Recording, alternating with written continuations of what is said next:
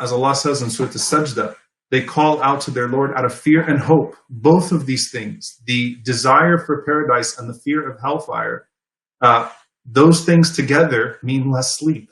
That means more prayer at night. That means more khalwa, more seclusion, and more dua, more supplication to Allah subhanahu wa ta'ala, asking Allah subhanahu wa ta'ala to protect you from those things and to elevate you. And the goal of all of that is to get to a point where hope and fear are overcome by that love of Allah subhanahu wa ta'ala's pleasure. And so, Umar ibn Khattab radiallahu ta'ala anhu, he said about Suhaib al-Rumi radiallahu ta'ala anhu, he said, لَوْلَا يَخَافُ اللَّهَ لَمْ يَعْصِهِ. He said, even if he didn't fear God, he still would not disobey him. Even if he didn't fear Allah, he would not disobey him. Why? Because he loved Allah that much. He loved Allah that much.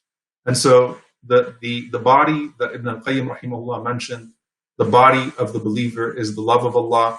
The two wings are fear and hope. This is a specific appeal to the fear part of this, a healthy fear, not despair. Remember, healthy fear never becomes despair. Healthy hope never becomes delusion. Okay, so that's the fine line. Healthy fear never should become despair. Healthy hope should never become delusion. So what are the connections to the previous ayat? Number one, these are ibad al-Rahman. These are the servants of al-Rahman. And so they are appearing to Allah subhanahu wa ta'ala for His rahmah. They're appealing to Allah subhanahu wa ta'ala for His mercy. Okay? So the servants of the Most Merciful appealing to Allah for His mercy. There's something very beautiful about that in particular.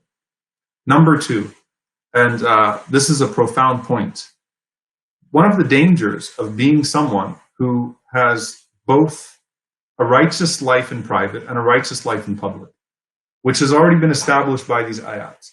Okay, so what's been established thus far in the description of the servants of the Most Merciful is that they pray at night. يَبِيتُونَ لِرَبِّهِمْ سُجَّدًا وَقِيَامًا. They're in prayer at night.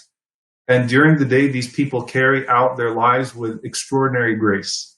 Okay, so they're graceful during the day with Allah's creation, and they are grateful to Allah in the night through prayer and supplication. So you've got a beautiful connection of your private life, your public life. MashaAllah, it's all there, right?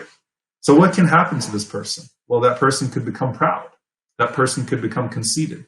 That person could start to see themselves in a certain light, and they could become prideful and boastful. And so then the thought of hellfire is like, yeah, that's for those other people. They could become judgmental. They could, because, you've got to realize if shaitan cannot attack you from the left, he will attack you from the right. If shaitan cannot attack you from the left, he'll attack you from the right. If he can't attack you by getting you to commit certain sins, either in the form of following your desires or in the form of responding to foolish people, then he's going to attack you through your prayer, through your fasting, through those good deeds, and try to corrupt them and corrupt you by inserting pride and conceitedness and showing off, ostentation, and being condescending, right? So looking down upon, he's going to try to corrupt you from the right side if he can't get you from the left side. And so the beauty of this ayah, and this is the second connection to the previous ayat, is that these are people whose worship has not made them proud to presume that they are from the awliya of Allah, they're from the beloved ones of Allah, and they don't have to worry anymore. The fire of hell will not touch them. That's for those foolish people. The fire is for those foolish people that we just, that we said salam to outside. The fire is for those people that aren't praying right now while I'm praying. The fire is for those people that are watching Netflix while I'm praying Qiyamul Layl. Right? That's who the fire is for, not for me. I'm exempted from that category. Okay?